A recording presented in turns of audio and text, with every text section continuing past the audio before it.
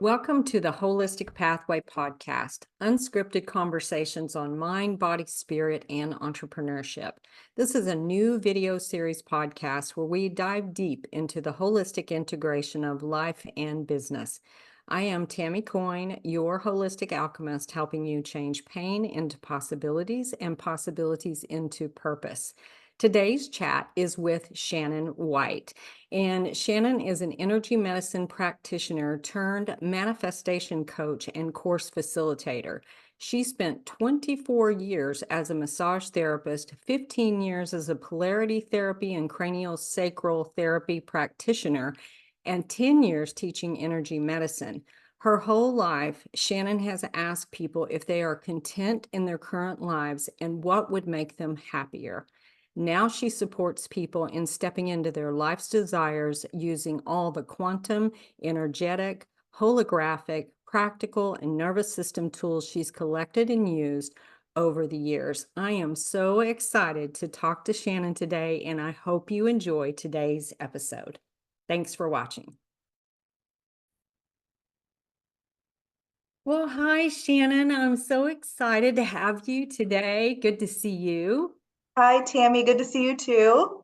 I was thinking about when we met, and some of the guests, I'm really excited because I've got people from all over the United States and actually some international guests too. And I'm really, really excited about the reach and how can we light up this world for more people. And I was thinking about some of the people I've met in person, some I've never met, some I've only met online, and I am pretty sure we met, I want to say it may have either been late 2014 or 2015, and I believe you were my teacher for polarity reflexology. Wow, maybe. I only assisted that class, so maybe I did with Jennifer Yohe. Does that I sound think familiar? I was thinking that what happened with that, for some reason, I was thinking that that wasn't a regular class and that you were supposed to teach, and the regular instructor somehow wasn't able to make it into town or something like that. That's what I'm thinking. I've lived a million lifetimes, it feels like, since then, so I don't know, but that has been my feeling of how we connected. It is possible. I have also lived a million lifetimes. Um, yeah, I never taught that class on my own, but I was Mm. teaching in the Polarity and Cranial program quite a bit. So because I was wondering too, I was like, have I only met Tammy online? But it's definitely a possibility. Well, and the thing is I started out, and it may even be a good idea for us to even explain a little bit about what cranial and polarity is. But the reason why that's a distinct memory for me is that I did not finish that program. I only had Polarity 1, polarity reflexology, and cranial with Gilad. Hmm. And so that is what I have always associated you with, was being my teacher for the reflexology part of it. Interesting. So who knows? Maybe it was your double, maybe it was your twin, but in my mind, you were my teacher for that class. So there you go. Like it. I'm into it. I think I've probably jumped several timelines also in the last even year. Yeah, So yeah, probably that was true. same. I may have jumped timelines just today even. So yeah, I I get it.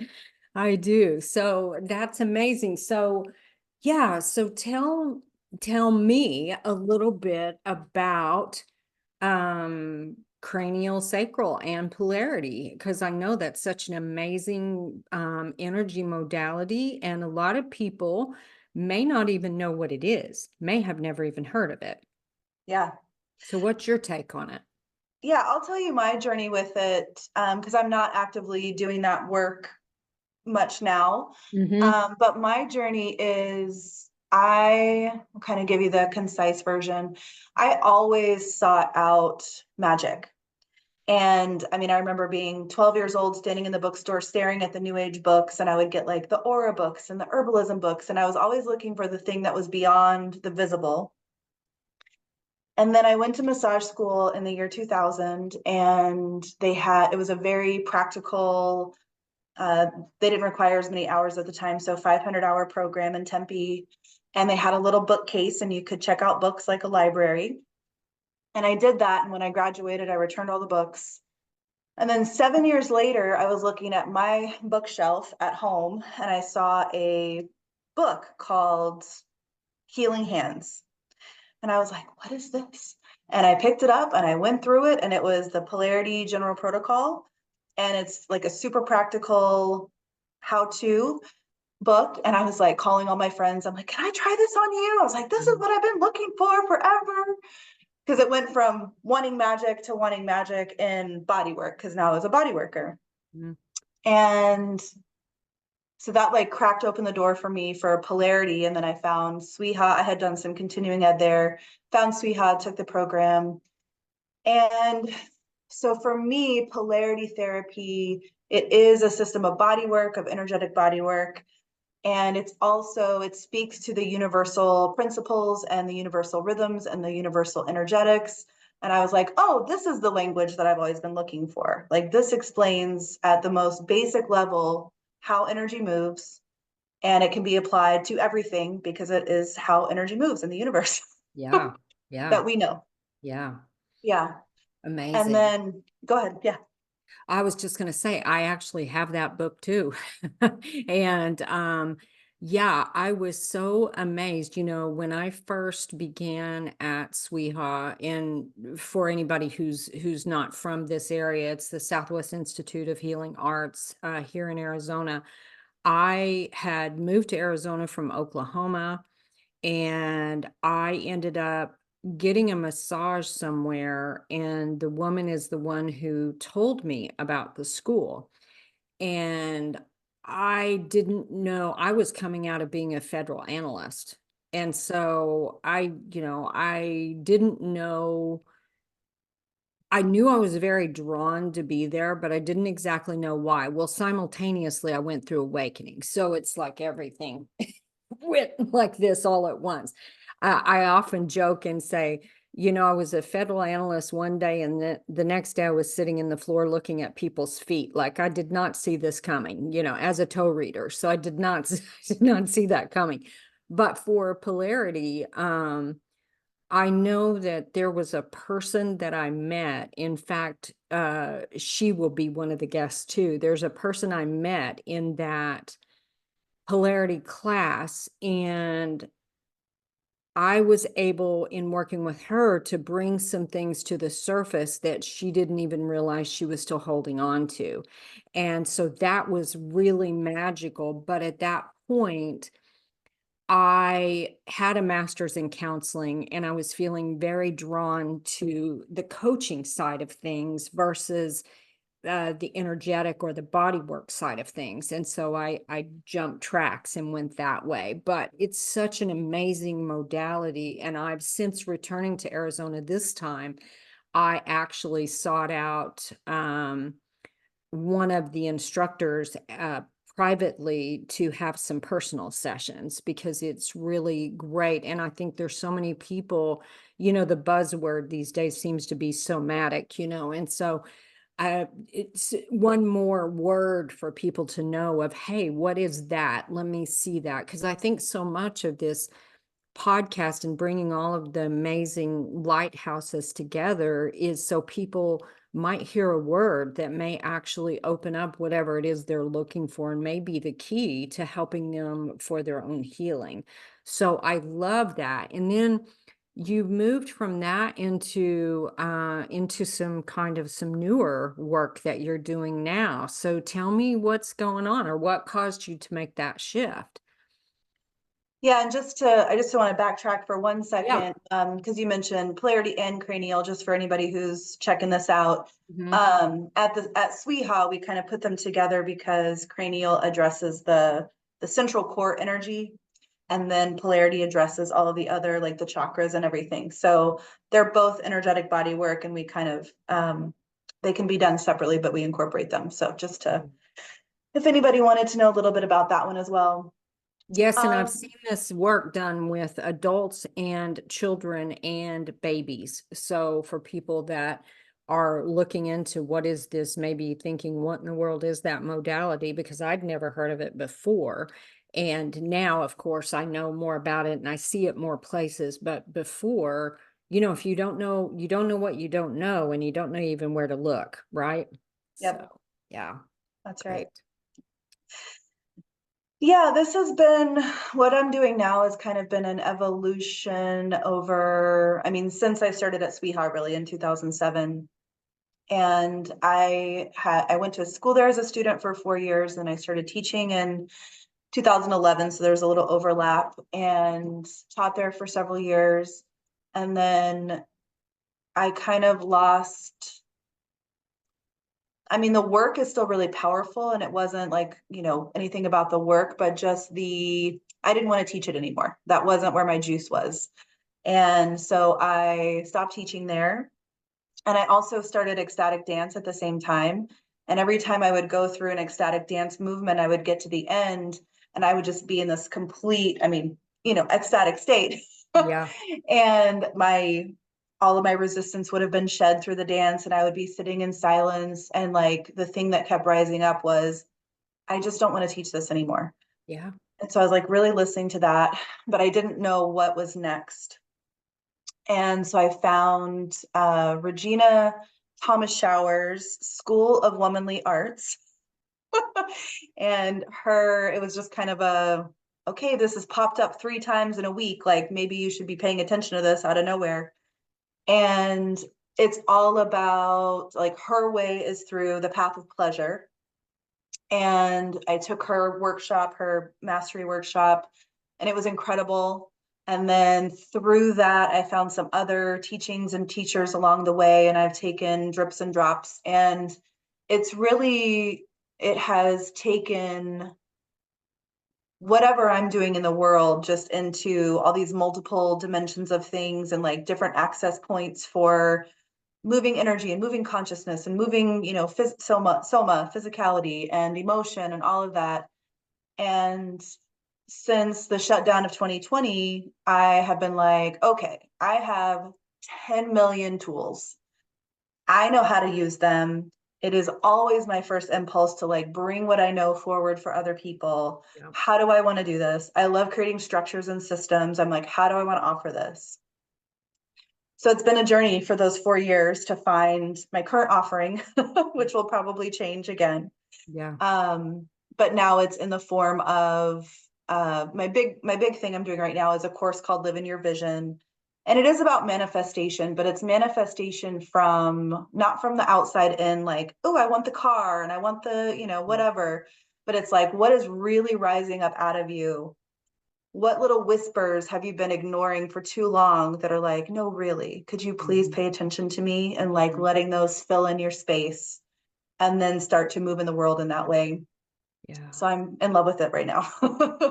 I love that. And it's funny that the person that you mentioned taking her training, the name immediately resonated with me. I do not know her or know of her, but I am positive I was talking to someone who actually had studied with her as well. Not someone on the podcast, but just in conversation. And it could have even been in a online group that I was in, who knows? But it's always interesting when people, that people have connected and they're doing similar work out there. And I think that's beautiful. And I have been at this entrepreneurial journey for 10 years now, and it was kind of a, for lack of a better word, kind of a rude awakening, because I had no idea I didn't come from entrepreneurial people. I didn't know what to do with that. And now I'm jumping from being an analyst to being these other things. And so the amount of ego deaths that I've gone through has been enormous. The amount of dark nights of the soul that I've gone through has been enormous. And then there was a period to where all of this integration began to happen. And I realized there are so many parts of me and so many parts of what I was supposed to do. So when I came to the tagline, if you will, that I'm using now, which is changing pain into possibilities and possibilities into purpose, when I talk about my signature system is called Unboxing Your Authentic Self. And then I have a signature process called 4 Magical Pathways to Peace and Purpose. And it's mind body connection, mindfulness, mindset, and manifest. And the manifest part is the purpose part. And it's very connected to what you were talking about, because when I went back, I'm 59 years old now. And when I look back over my life, those 4 pathways were what brought me to here. And what I have found is that, first of all, people become very disconnected from themselves. So they don't even know how to hear the whispers. They don't even know, or they think that they're covered up in problems and don't even know how to see the possibilities. And the possibilities are how you just get bigger and bigger and bigger with whatever it is, bigger in what your desires are, what you want to do in the world. This started out being a small child of knowing I wanted to make a difference. But, I come from a history of severe trauma, abuse, and loss, and I didn't know how in the world that was going to look. And so I think you do that. You gather these tools, you gather, then you get the spirit nudge of, okay, you've gathered enough now. Now it's time to go to this next thing. And this spiritual path is interesting. I often liken it to looking into this abyss and needing to take a step, even though all you see is like dark. It's not lit up. You don't know there's a step there. And so what you've been asked to do is to follow your guidance and to show up in your divinity and trust and take that next step, and I think when we start to recognize whatever we're doing starts to feel heavy, or starts to feel like, whatever I was doing here feels like it's come to the end. It's the important part to know how to recognize those whispers, just like you did, and say, okay, now it's time to go to that next thing. So I love that you're doing that. I also love that you were doing ecstatic dance, which is amazing. So tell me more about your ecstatic dance adventure. Yeah, before I go there, I just wanted to say, because I've been saying this picture to people recently, because I'm also my way, and I'm not committed to this being true for the rest of my life, but my way has been like, okay, I'm supposed to go this way, and it's super, super clear, and I'm supposed to let go of everything that isn't that thing, and it doesn't look like any kind of logical thing a person might imagine. And if I told too many people, they'd be like, um, so the picture I've been explaining to people, and I think there's a scene in one of the Indiana Jones movies, and probably in other movies as well, but like there's a path and it's invisible, it blends in, and you have to like just step forward onto the path, and you're crossing a ravine, and you feel like you're gonna fall, but there's another step, and it's just a faith walk. And so like almost the same was what Uh-huh. you're describing. Well, So it's so funny because I used to use there was an Eddie Murphy movie called The Golden Child. hmm, And in that movie, he meets what looks to be, I don't know, maybe a Buddhist, Tibetan Buddhist. It's hard to know, but he calls him Monty, like, let's make a deal, Monty, right. and he has him do all of these weird little tasks. And one of them, he gets into this like dark, what seems to be a cave. And there are these little poles that are very wobbly and stick up. And he has to try to tiptoe almost through these poles. And I'm like, yes, I have felt exactly that way. Yep. So this journey is not for the faint of heart.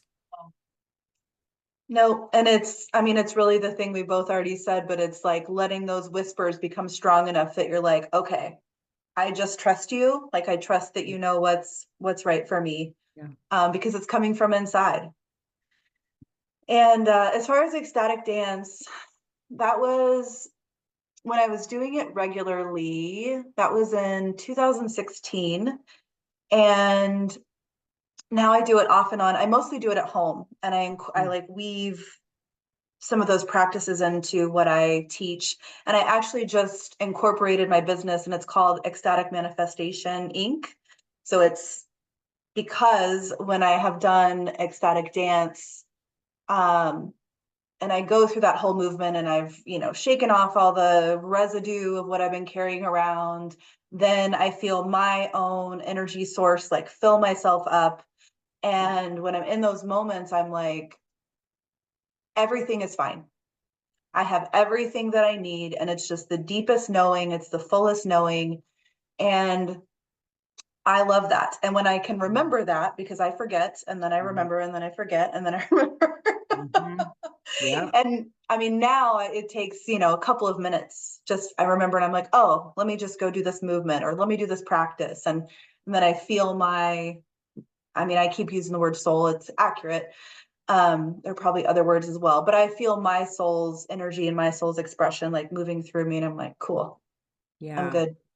I love that. I posted something actually this morning that I had first posted about 8 years ago, and it was about looking for essentially looking at for your blessings kind of thing. And that was one of the things I was talking about. Like in this human experience, it's so easy to forget our divinity. It's so easy to step back in the the day-to-day status quo of being unhappy in your life and being disconnected from everything and everything feeling like a chore and everything, it just and when the thing about it is you've always got these perspectives, right? And they're always running and you get to choose which one are you focusing on, which one do you see? And it's so good. With my particular history, I spent years sometimes debilitated by different things. And now that I have the tools that I do, it isn't that I don't have storms. And I talk to people about this all the time. What I did was I became a master sailor in the storms. And what I did was I realized that now I have what I need in order to pull myself out of whatever is coming because I know how to shift that now. And that wasn't something I always knew how to do.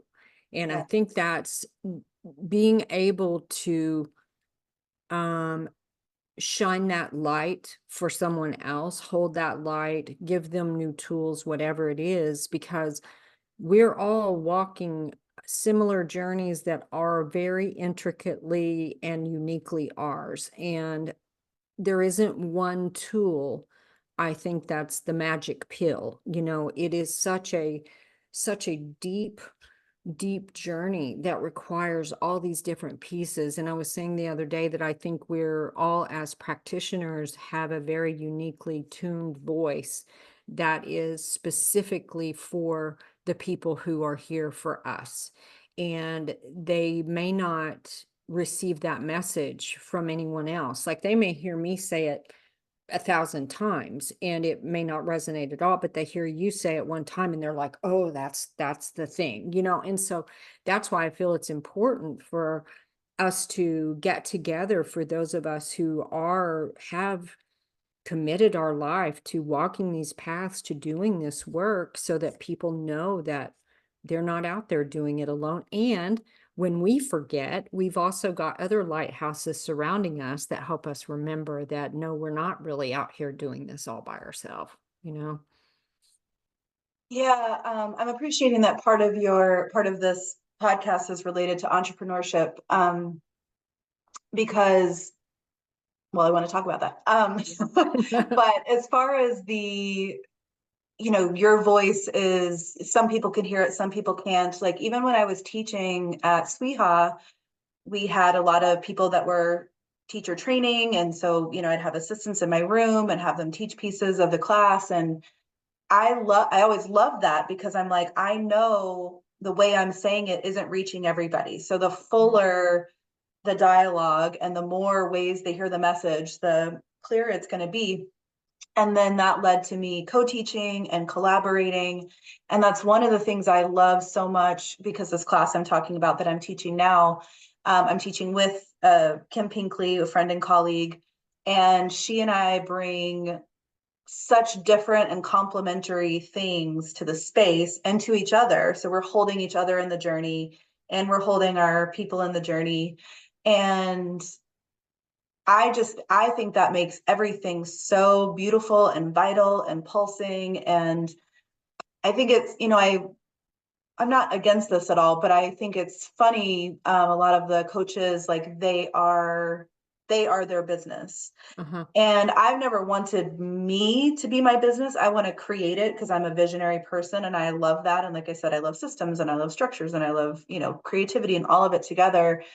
Um, but I want to create a body of work that many people are a part of and many people can offer if they want to. And, because of that exact reason, because the messages come through differently, and because this part of the work speaks to a particular person who had delivered, and this part of the work speaks to another. And actually it's through teaching, because I grew up as an only child and I have a lot of alone time in my life in general.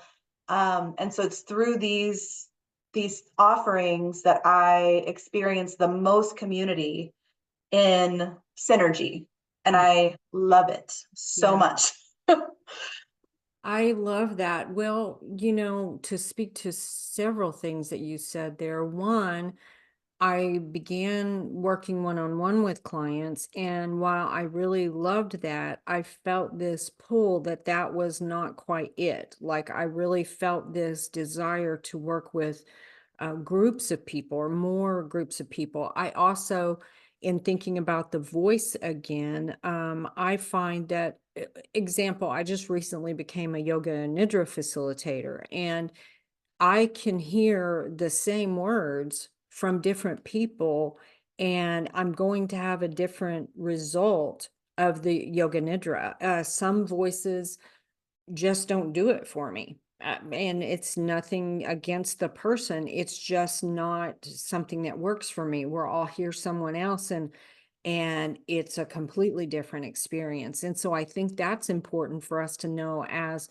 practitioners. I think that's really important. I also think it's important that, and I reiterate this every time I do one of these episodes, is that I really just don't believe in competition at all, because I love the people I work with so much, and it's very important. I have a bit of a protective thing about them, and if I'm not the person for them, I want to know that I'm maybe giving them a referral to someone who I feel is going to care for them, and not harm them in any way. Because there are a lot of people out there who still do harm, who still, are charlatans or whatever. And I've done some videos around betrayal on the path, and, kind of learning how to discern who is the right person for you.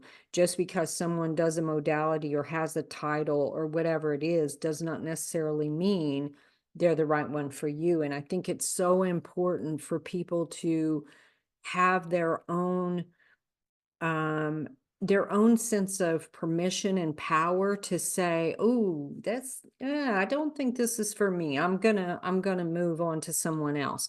And I think I really want to celebrate that with people so that they know that I think that's an amazing thing for them. And my goal for them is to feel so empowered in their choices that they know exactly when it's their time. They've had enough with this person and it's time to move on, or I've had enough with this modality and it's time to move on, or whatever that looks like. So they actually tune in to all of those whispers, no matter how subtle they are. Yes, I am 100% with that. And I also preach that semi-regularly, the non-competition. Like Yeah. there is absolutely enough. There are people, and it is, and I mean, you spoke to both things, but there is like person to person, and then there's just where you are in the moment. Yeah. I know for myself, there are times when I'm like, I really just want to talk this out. It's like I call a friend. And then there's some moments where I'm like, no, I actually need some body work, or, whatever the thing is, Yeah. or I'm going to go to this person for their medicine today. This is kind of a funny example, but I I just think of this sometimes. When I was in my 20s, I had not regularly gotten my hair done, like dyed or cut in like any really awesome professional way with any regularity, but I was kind of getting into that. And I went to a place that was just right across the street from me, saw a woman, she did a cut, she did a color, it was great. And then I, maybe 6 weeks later, 8 weeks later, needed it again, went across the street. Somebody was available. I went at a different time of day. And maybe I made an appointment and they were like, why didn't you go back to that other person? And it was really just because this was the time I had available. Like I didn't know that was a thing. Oh, oh, I I got was like, I was like, wait, what? What do you mean? And then I realized after I left, I'm like, oh, they were thinking that I didn't like her work, and it was a competitive thing. And I'm like, that's just not, like, I don't think that way. um, I actually love, if our work is an example, like I love that more people are seeking out this kind of thing, yeah. period. And like the more people who seek it out, the more they're going to like hone in on who's actually right for them. Well, so true. And I think you touched on something too. Sometimes it depends on your mood. You know what I mean? Like there are times where I may need let's get down to business, let's be da da da da da, whatever that is. And there are other times where I might need really gentle, it's like and that's tuning in again with where are you in the moment. And I like to sort of bring together for myself what I call, my healer team or whatever. And it's like I may have people that do even some of the same things, and I'll be like, oh no, I'm feeling this person. Like they're the ones I want. And sometimes it's just energetic. Sometimes it's just a knowing that this is the person that has what I need today. And maybe our energies line up or whatever it is. And it's those kinds of things that I feel so grateful for, that I now have the ability to do that. When I was so dissociated and disconnected from my body for years, that I really didn't have an opinion about anything. I was just happy to have whatever was there. I didn't know that I even had choices. Yes. Yep. Yeah, I used to work at a retirement community, and I don't know if you heard, that's my dog. The I don't know that it's as prevalent now, but there's definitely the median age there was 85, I think. So sorry, I'm like distracted by multiple sounds going on. Um, so there's a generational thing with like trusting your physician no matter what. Like that was Yes. a thing for that generation. And I mean, I had a mix for sure, but and I was a massage therapist. That's what I was doing there. And I would have my clients come in, and some of them would have tried their physician's suggestions for however long, they didn't work. And they're like, okay, I'm looking for something else. Some people would come in and the work that I've always done is what you also said, like, I want to help people find their own answers. Yeah. Like that's most interesting to me. And so there were, you know, maybe not a lot, maybe 3, 4, 5 people over the years I worked there, but they just wanted to, they're like, just tell me what to do. And Yeah. I'm like, well, I can offer some possibilities for you, but I'm not in charge of your body. But they didn't know how to find that place. They didn't know how to, because they're, you know, and we're kind of born into the world that tells us that we maybe don't have authority over our body and choices and things like that. And so, you know, they had spent 85 years in that place. And here I am going, no, just listen to your, you know, whatever. And they're like, I don't know how to do that. Um, so, you know, I like that we're shifting Yeah. now as a culture. And I liked that even then, some of my 85-year-old clients were like, you know, that's really not working. Mm-hmm. And I'm like, cool, good. You know, find something else, find another opinion or find another way or yeah. I actually have a question for you. It was from a few paragraphs ago between us, but Yeah. I'm so curious. So you said you were a federal analyst. Yeah. Are you using any of those skills in what you're doing now? In my work with clients, Or your actually, business or any of that kind of stuff? well, when I work with clients, one of the things I tell them is that I bring all the parts of me. And because I was an analyst, that comes in really handy to helping them come up with solutions or strategies. I was a private investigator at one point. So there's those kind of skills that I have. I have been an office manager, a facilities manager. My number one skill on the strengths finder, number one strength on strengths finder is strategic thinking. So, and I have a master's in counseling and then all of this other stuff. And so it's like bringing all of those things together to help people find solutions. Now, I also earn money as a virtual executive assistant. So I wear lots of hats, whatever's happening. But so yeah, and I think the skills I have in those areas often help me solve puzzles or help people solve puzzles that they feel sometimes are unsolvable. And one of the things, I was one of those people, kind of like you talked about, like I didn't know how to do those things. I didn't know how to have an opinion or know that I had an opinion or that I had a strong desire for one thing or another. I had no idea. So when people first come to me, a lot of times they are often in the place of I don't know. And they truly believe they don't know because the only lens they've been able to look through is the same one. So they don't know. So what are your what are your dreams? What would you like to have? I don't know. What did you ever have a dream that was so big that you thought was out of reach? I don't know, maybe one time, but I don't remember what it was. And that's kind of how people are. So in the very beginning, then I have a lot of people who are on the verge of going through spiritual awakening, but they don't know that's what's happening. So a lot of times when we get together, I talk a lot and they're just there kind of in their human experience. And then all of a sudden, it's like their eyes do this and they go, wait a minute, stop, go back, tell me more about that. And then we're off to the races. Yeah. Where do people find you? You know, it's usually spirit directed. And that's been kind of the challenge this 10 years is people finding me, and on spiritual guidance, I have moved between Oklahoma and Arizona 3 times in the Mm. last 10 years. So I've had offices in Arizona, I've had offices in Oklahoma, and finally I was like, I'm just going to be online because it's difficult to keep up with me. Yeah.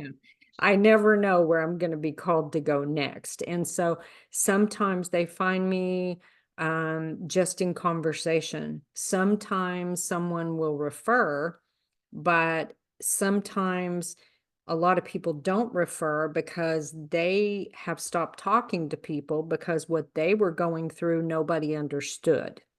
So they've just stopped talking to people. So, yeah, it's been a little bit of a challenge. Sometimes I meet people at events, so I'm just curious when people are knowing that there might be more available or knowing what it is, like what are they coming to you for? I'm just curious about that.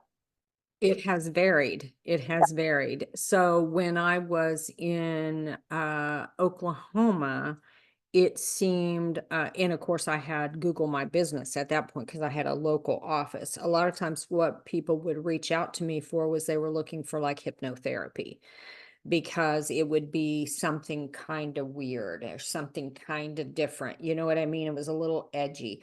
And when I would talk to them, I would find out they didn't necessarily really know why they were looking for hypnotherapy. They just knew that none of the other things were it. So they were looking for something else.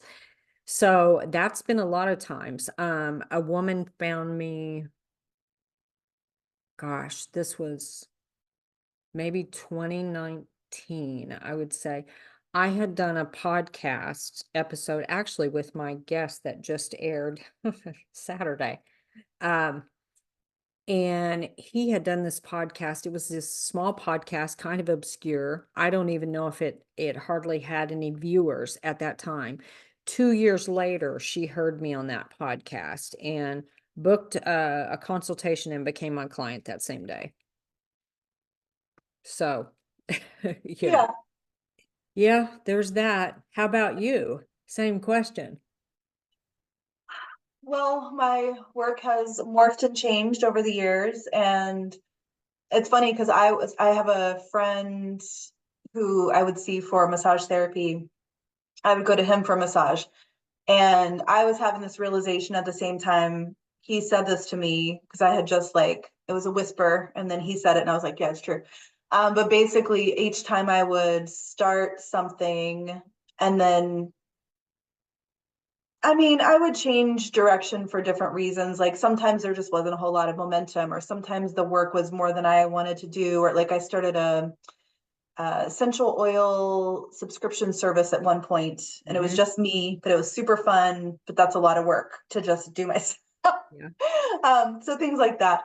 But he was like, the thing is, every time you change position, you like end up starting over completely. And I'm Yeah. like, yes, that is the challenge, and that's the thing I have to get out of. Yeah. So it has changed a lot. And so the people who find me, have found me for different reasons, depending on what I'm doing. But now, like what I'm working on, and also the reason that I'm like, I don't want it to just be me, is I want this to have longevity. But what Hmm. I've discovered through all these fun, I also bring all of the pieces of myself and my life Yeah. into what I'm doing. And um I can do one-on-one coaching. I'm good at it. I can do one-on-one sessions, or, however that would go, whether it's a bodywork session or a coaching session or just an energy virtual session. But I love creating curricula. Like I love it. That is my creative place. Yeah. And so I put together, curriculum, and I put together exercises that create an arc and have a movement and, end with a result. And so when I am putting that stuff out there, like usually I'm like, here's something I've created. If you want it, go get it. Yeah. I actually taught a couple of classes last year because two of my friends, I would call them, I'd be like, can I do this exercise with you? And so they were like, could you just teach us a class? And I was like, sure. So they asked me to.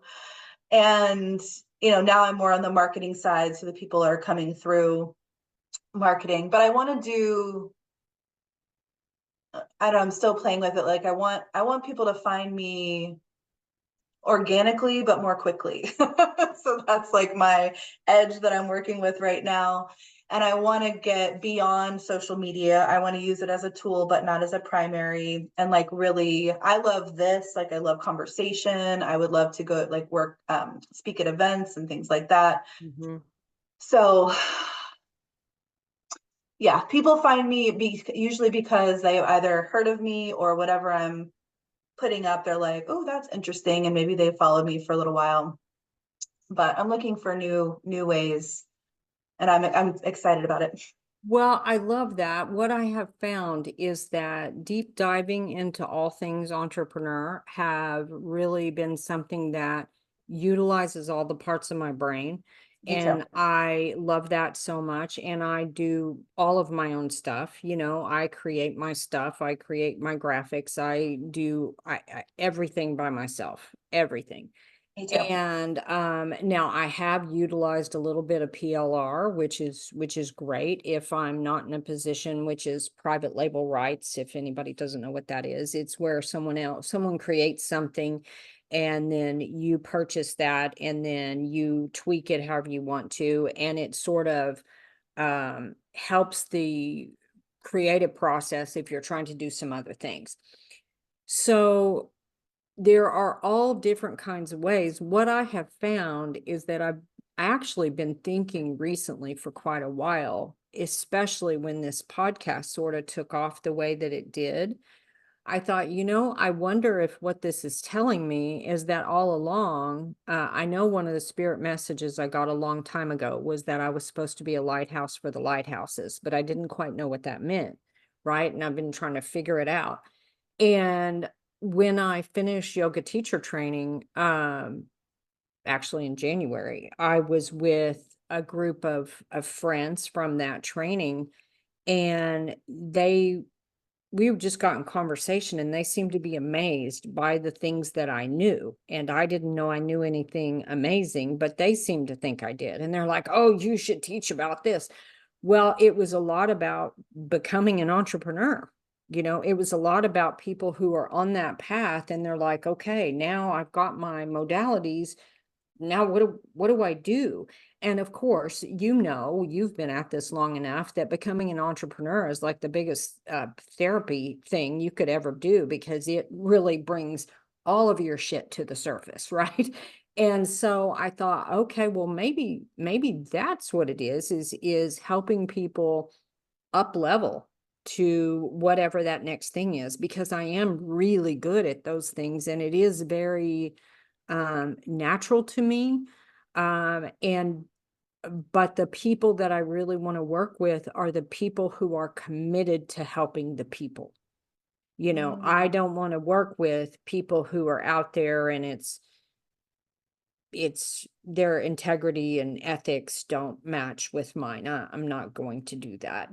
I want to work with people who genuinely didn't just jump on a bandwagon. Oh, let me jump on the spiritual bandwagon and say, no, what are you, what are you here to do? What is your mission here? I will help you with your mission. I will help you grow in that way. But yeah, I'm not helping spiritual Steve and spiritual Susie, as I call them. I'm, I'm not, you know.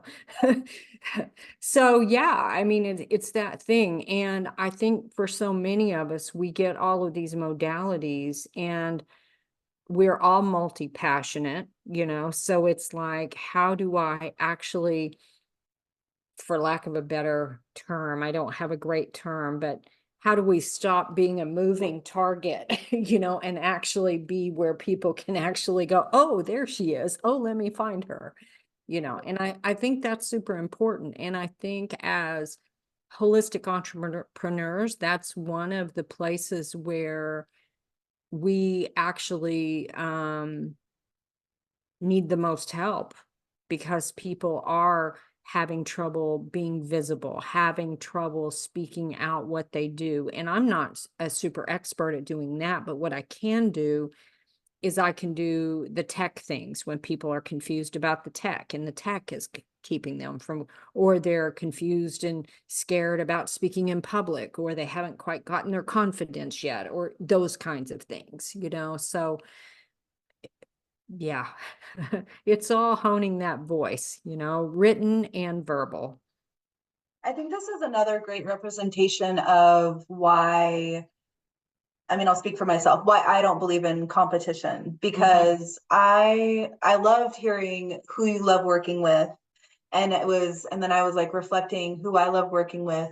So I want like the people who want to help others, I want them to join me in building what I'm building. Mm-hmm. So we do it together, like in the same business. I mean, not just like, not metaphorically, but not like out there loosely in the world. I mean, like, no, Yes. let's come together.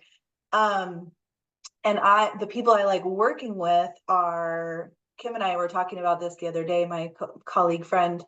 I like people who have found themselves in a rut, and they're like, and they've woken up to the fact that they're in a rut, whether they've been on a spiritual journey or not. And they're like, and they realize maybe the ridiculosity of their situation. Yep. And they're like, no, this has got to be different. And I also don't want to wait 2 decades or 3 decades for it to change. Um, so I love working with those people. And, another way of saying it would be like breaking free of the matrix. Yeah. Um, Yeah, that and used to be all over my website, yeah, actually. Alice in Wonderland, The Matrix, the whole thing, because that's where I was. That's exactly where I didn't know what I was supposed to be doing. I just knew there's got to be more than this. That's yes. what I always knew, you know?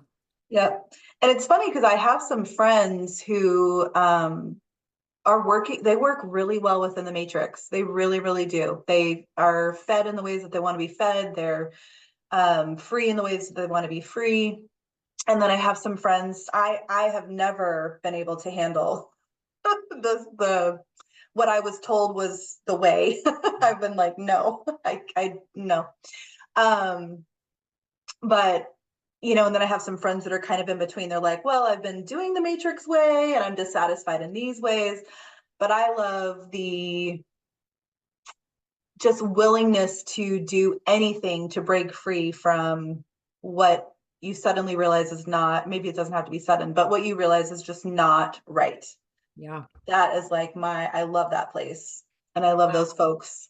100%. And I was someone who, and it would be too long of a story, all the pieces, but I was someone who became comfortable in the matrix because I had been put in a situation without much of a choice.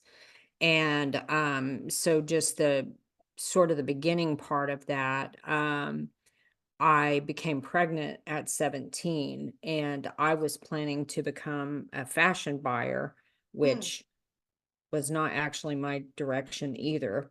Different story. But my mom worked for the government and really sort of pushed that my direction. And I ended up working for the Internal Revenue Service at 18. Well, I'm an Aquarian. Like that was just super weird for me, right? And I'm typing seizure papers because we were still typing, on a typewriter, and I'm typing seizure papers and just crying. And they're like, what is the matter? And it I was, wasn't built for this. and I've used this, I may have told this story before, but, I was probably 19. I had a 2-year-old daughter. They were seizing a daycare, right? And I was just brokenhearted and just crying and typing, and they're like, what is going on? I'm like, but you're season a daycare. They're like, well, they took money from their employees, and and they didn't turn it, and this and this and this and all the logical reasons. And I'm like, yes, but their mama had to find this place for them, and the kids are excited to be there. And I don't know if mom had trouble, and I have no idea if the kids were excited to be there. This was my whole story, right? And Yep. they're like, oh my God, you're like helpless or hopeless, and Right. and actually, I ended up at that job doing federal tax liens, and my last person was going to take his life. And I spent 3 hours on the phone with this man. And I went into my boss and I'm like, I can't do Yeah. this. And they said, oh my God, because I was 10 years into my career. He's like, please don't leave. We can detail you. We can. And it was crazy. And I would leave because I was sick, and I'd throw up all the time. And then I left and hardly making any money at all. At that point, it was $5 an hour at a video convenience store. And then I decided that was the only way I could make money. And then I went back, and then I left again, and then I went back. And, it was been this crazy going back, because there were these money stories I had going on, that the only way I could earn money was if I worked for the government. Real money would be to Yeah. work for the government. And so it is. I've been in that place so many times. And I think people get stuck there and feel like they have to either do something they love or make money. They Yeah. don't feel like they can do both. And I think that's a really challenging place for people to get and to be. And it's just sometimes being willing to figure out what's the most important to you. Yeah. How do you really want to feel in your Yeah. life? And I love the fact of what you were saying, because I have actually thought about even creating like a mastermind for entrepreneurs, because they might really be a perfect fit for what you're doing, but Yeah. don't believe that they are, because there's a confidence thing or an imposter syndrome thing or whatever going on. And so that's what I'm thinking is, again, there may be a way for us to even talk about how to create these pieces to where they work in harmony together, because I feel like there's so many of us out there with these hearts to do this work, and yet they're not sure where to start, or they feel like they're still missing pieces, and they're looking for someone else that has the pieces. And again, another reason why I wanted to bring people together from all over the world, Yeah. you know and I'm so grateful for that. Yeah. I'm very into collaborating. Yeah. Yeah. I mean, yes, I would love to bring pieces together in the future. Yeah. I actually, this quick, see how succinct I can make it, because it's not worth the huge telling, but um you were just talking about like what's worth it. And the last guy that I dated, he and I had this argument one time, and I was still kind of pulling myself up out of 2020 happened with the shutdown, went back to work, and I just didn't have enough clients just because of what was going Yeah. on, bodywork clients. And so I'd been struggling with finances, and I, like I said, I was also putting together like, how do I want to put all this work together that I've done over the years.